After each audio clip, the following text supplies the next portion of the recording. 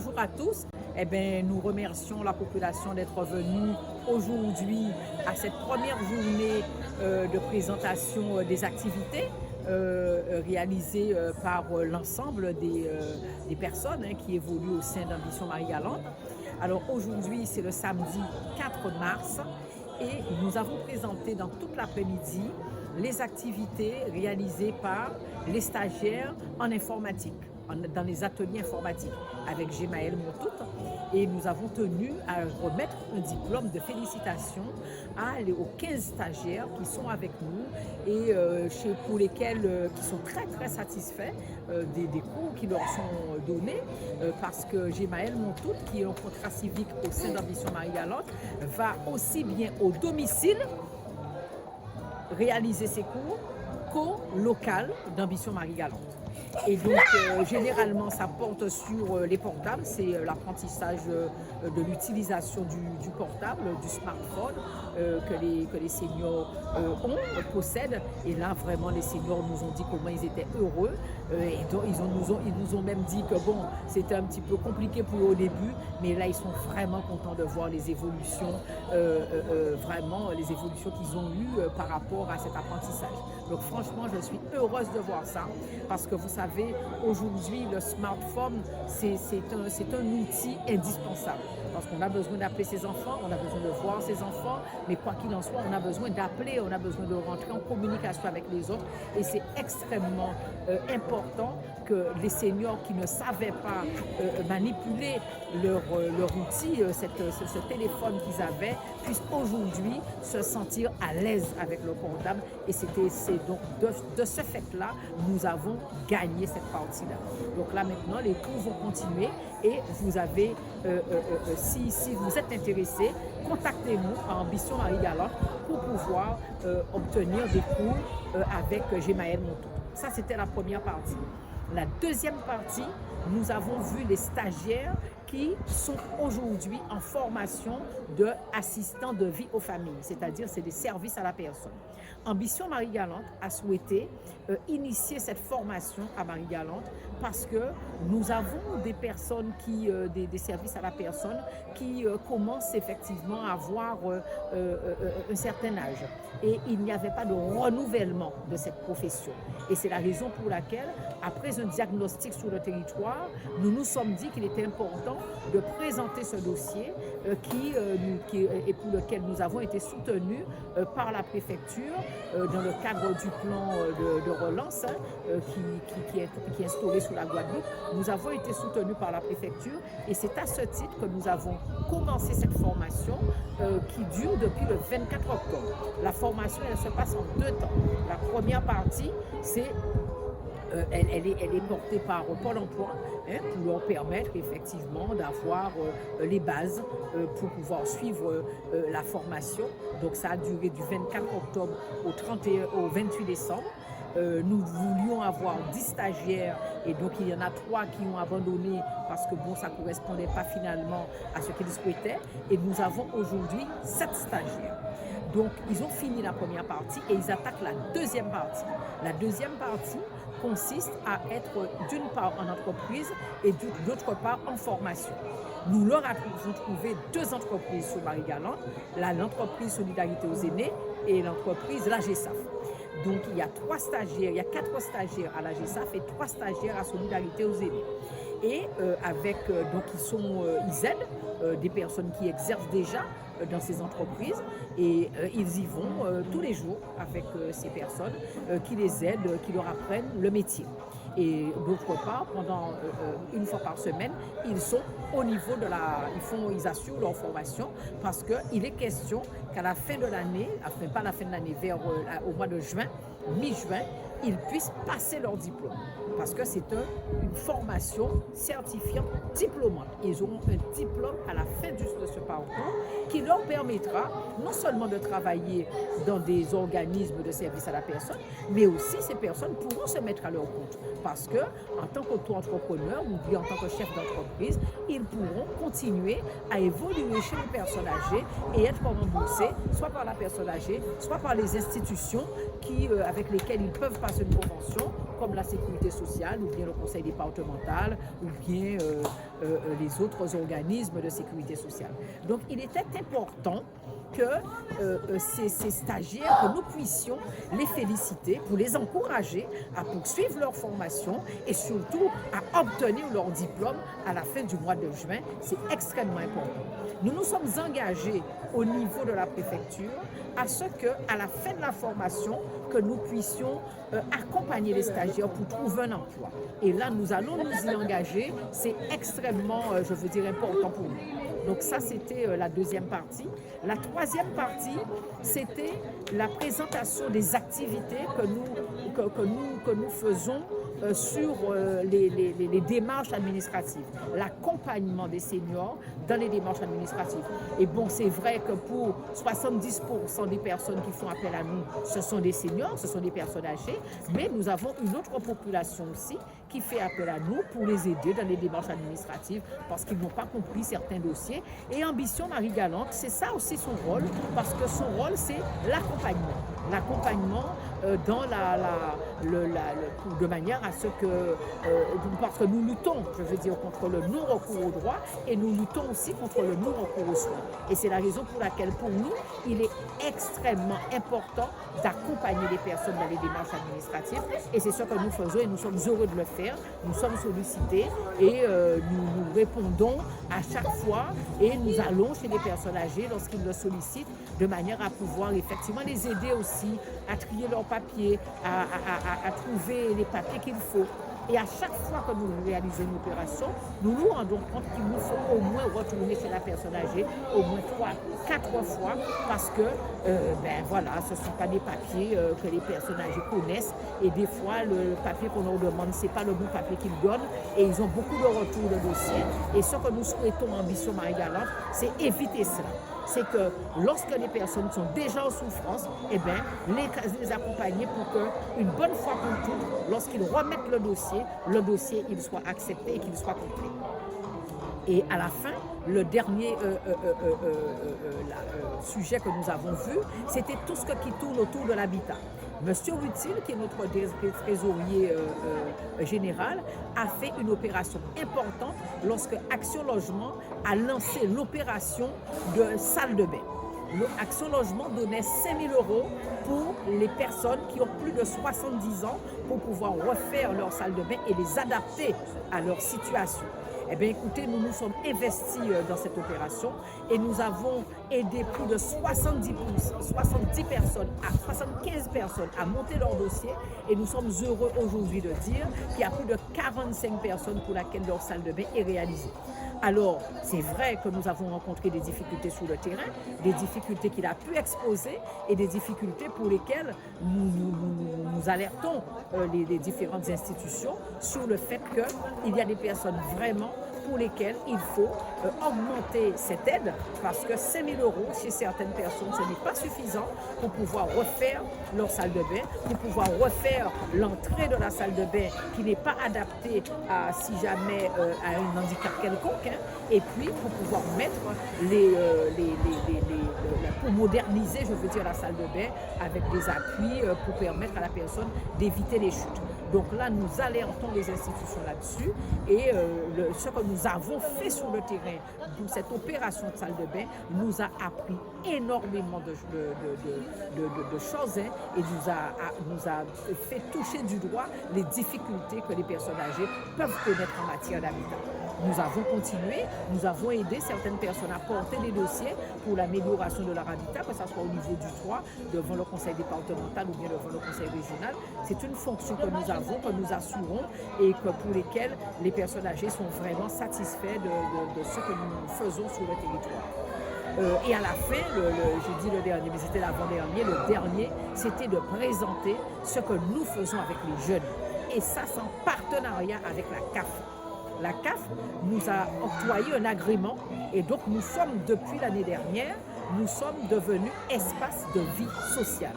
C'est-à-dire, c'est un espace où les jeunes peuvent fréquenter des seniors et où, dans cet espace-là, c'est un lieu d'échange. Un lieu, je veux dire, où les enfants peuvent venir faire des activités, pour se rencontrer, pour être accompagnés aussi au niveau de leur scolarité. Et surtout, nous mettons en avant des groupes de parole pour permettre aux parents d'échanger avec les enfants. Et aussi, ce que nous faisons, nous accompagnons aussi les parents pour qu'ils puissent mieux suivre, les accompagner pour qu'ils puissent mieux suivre la scolarité de leurs enfants, aussi bien au niveau informatique qu'au niveau de la façon dont il faut accompagner son enfant, par exemple, être patient, apprendre à être patient, apprendre à l'écouter, apprendre à essayer de l'accompagner plus loin, je veux dire, dans ses besoins. Et donc là, c'est notre rôle en tant qu'espace de vie sociale et nous sommes inscrits dans le réseau de parentalité et nous faisons partie de ce réseau de parentalité et c'est notre rôle de recevoir les parents et de les accompagner. Donc ça, nous avons cette partie-là, mais nous avons aussi toute une partie où nous faisons les enfants faire des activités de danse, des activités de couture, des activités de peinture, des activités où ils apprennent à connaître ce que nos artisans marie-galantais font.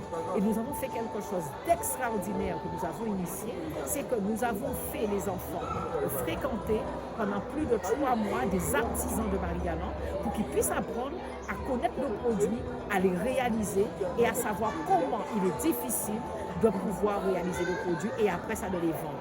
C'est la raison pour laquelle ils ont appris à faire non seulement des cacaboeufs, mais ils ont appris à faire des bonbons sirop, ils ont appris à faire des doucettes, ils ont appris à faire de l'huile de carapate,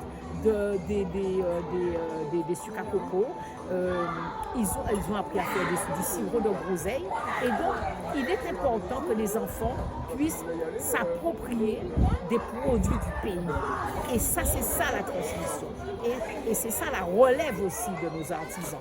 Et ce sont des artisans âgés qui ont reçu nos enfants et qui leur ont permis d'apprendre à créer ces produits. Après, ce que nous avons fait, nous avons amené les enfants à jouer tradition en même temps que les artisans. Et les enfants, ils étaient heureux, vous auriez pu voir ça, les enfants étaient heureux de vendre ce qu'ils avaient créé de leurs propres mains. Et là, ils ont pu voir ce village artisanal où tous les artisans sont réunis pour un jour en Guadeloupe. C'était une journée le 18 décembre et les enfants ont pu avoir leur stand. Bon, notre stand était un peu trop petit et donc il nous faudra revoir ça par rapport à l'année prochaine. Mais vraiment, les enfants étaient heureux d'avoir pu concevoir ce projet depuis le début jusqu'à la fin en ayant vendu les produits. Et puis il fallait les voir, hein. Ils allaient voir les personnes, ils allaient au-devant, je veux dire, des différentes personnes pour pouvoir vendre leurs produits. C'était vraiment très intéressant. Et puis après, nous les avons emmenés, nous leur avons offert un séjour hein, avec les produits de la vente. Nous leur avons offert un séjour et nous les avons emmenés dans un hôtel où ils ont pu être entre eux, voir ce que c'est qu'un hôtel. Ce sont des enfants des fois qui n'étaient jamais sortis, qui n'étaient jamais allés dans une structure où il y avait un hôtel, où il y avait une piscine et tout. Et nous avons vu comment les enfants se fréquentent entre eux, comment les enfants se fréquentent, des fois des violences aussi qu'il peut y avoir entre les enfants. Et notre rôle en tant qu'adulte, c'était de pouvoir les accompagner aussi. Et c'était de pouvoir leur parler, c'était de pouvoir faire des réunions avec eux, c'était de pouvoir les comprendre. Et c'était des entretiens que nous avons pratiquement tous les jours avec eux pendant toute la durée où nous étions dans cet hôtel. Et ça nous a fait du bien aussi à nous, parce que ça nous a permis de découvrir les enfants sous un autre angle que l'angle où ils viennent tout simplement pour participer aux activités. Et donc, à part cela, les enfants font de la danse, les enfants font de la peinture, les enfants, ils créent leur chorégraphie. Et ce que nous voulons, c'est ça, c'est pouvoir effectivement faire en sorte de pouvoir leur faire découvrir eux-mêmes les talents qu'ils ont, les talents cachés qu'ils ont, et on leur permet de s'exprimer par rapport à ça. Et surtout, d'avoir un regard différent vis-à-vis des autres. Parce que des fois, trop souvent, les enfants se jugent, et se jugent des fois avec violence. Et nous, notre rôle, c'est de pouvoir leur dire de regarder le monde différemment et de regarder le monde avec beaucoup plus de sérénité et avec beaucoup plus d'espoir surtout. Et c'est surtout ça, c'est notre rôle, c'est de pouvoir donner de l'espoir aux enfants, des fois de l'espoir qu'ils ont perdu. Et par rapport à ça, c'est important pour leur avenir et c'est important aussi pour les parents parce que de coup, ce sont des échanges beaucoup plus apaisés qui se déroulent désormais entre les parents et les enfants. Voilà. Donc aujourd'hui, c'était notre première journée et nous sommes heureux que ça se soit bien passé parce que nous avons pu remettre les diplômes à chaque catégorie de stagiaires. Ils étaient heureux de recevoir leurs diplômes. C'est pour vous dire comment ça les valorise. C'est une reconnaissance aussi vis-à-vis de leur famille, de leurs parents, de leurs enfants, de voir que, ils prennent des cours et au fur et à mesure, c'est la reconnaissance, le certificat de félicitations, c'est la reconnaissance qu'ils ont progressé. Donc, nous avons donc terminé cette journée par un cocktail.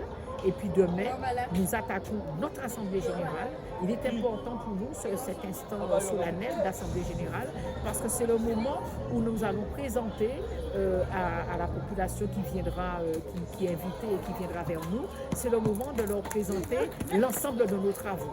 Nous allons présenter, nous allons faire un appel à cotisation parce que nous souhaitons que le maximum de personnes puissent adhérer à Ambition Marie-Galante. Mais aussi, ce que nous allons faire, nous allons présenter le bilan de notre activité. D'abord, le rapport moral du président qui va présenter tout ce qui porte sur les faits marquants, ce qui a vraiment, comment nous avons évolué au cours de cette année, de l'année dernière, l'année 2022. Mais aussi, après ce rapport moral, c'est de présenter le rapport d'activité de l'année, le rapport d'activité et le rapport, les activités prévisionnelles pour l'année 2023. Nous allons présenter notre bilan financier parce que ce bilan financier, il est important parce que nous avons reçu des subventions.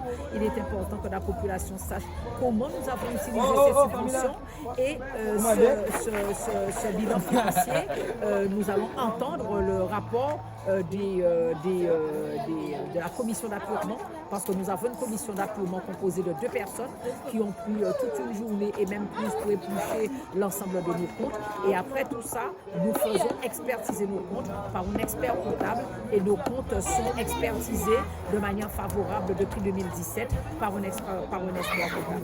Donc c'est important pour nous. Donc nous allons aussi donner le bilan financier prévisionnel et après nous allons renouveler les membres du conseil d'administration.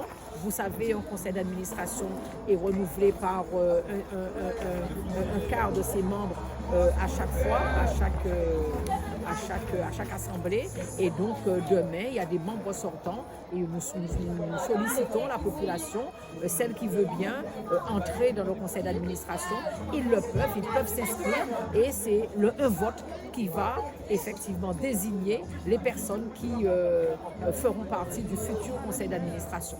En tout cas, pour moi, cette assemblée générale est pour moi un moment important dans la vie d'une association, dans le fonctionnement d'une association, parce que c'est avec un conseil d'administration que l'on peut faire avancer l'association et qu'on peut faire avancer le territoire sur lequel l'association évolue. Et pour nous, c'est extrêmement important d'avoir des membres bénévoles qui s'investissent, qui s'impliquent pour faire le territoire avancer. Et c'est ça qui est important. Et donc demain, notre assemblée générale, donc par la suite, nous reviendrons vers vous pour vous dire quels sont les membres de ce conseil d'administration. Et en tout cas, je voudrais vous remercier d'avoir été là aujourd'hui pour voir les travaux des enfants et aussi demain pour voir tout ce que nous avons pu faire en une année. En tout cas, merci beaucoup et nous attendons. Une quinzaine d'années que je suis dans le médico-social. Il était important pour moi d'être là aujourd'hui avec, sous l'invitation d'Ambition Marie-Galante parce que le secteur du vieillissement, je suis pleinement concerné parce que j'y suis depuis une quinzaine d'années, comme je viens de vous le dire. Mais quand on voit des acteurs associatifs se pencher sur cette problématique du vieillissement, tant au niveau de l'accompagnement et s'inscrire dans la formation des futurs salariés du secteur, je ne peux pas ne pas être présent de telles actions parce qu'on est conscient que le vieillissement est un sujet d'actualité et nous sommes pleinement touchés. On parle depuis des années de 2030. Nous sommes à 7 ans de 2030. Donc il faut qu'on puisse répondre à cette problématique de l'accompagnement de nos personnes qui sont dans le grand âge et aussi permettre aux Guadeloupéens à travailler pour les Guadeloupéens parce qu'on connaît nos habitudes et c'est important, surtout quand on sait qu'un bon nombre de personnes âgées souhaitent rester au domicile. Donc le domicile, il faut encadrer, former, coordonner au domicile pour qu'il y ait un meilleur accompagnement pour nos seniors.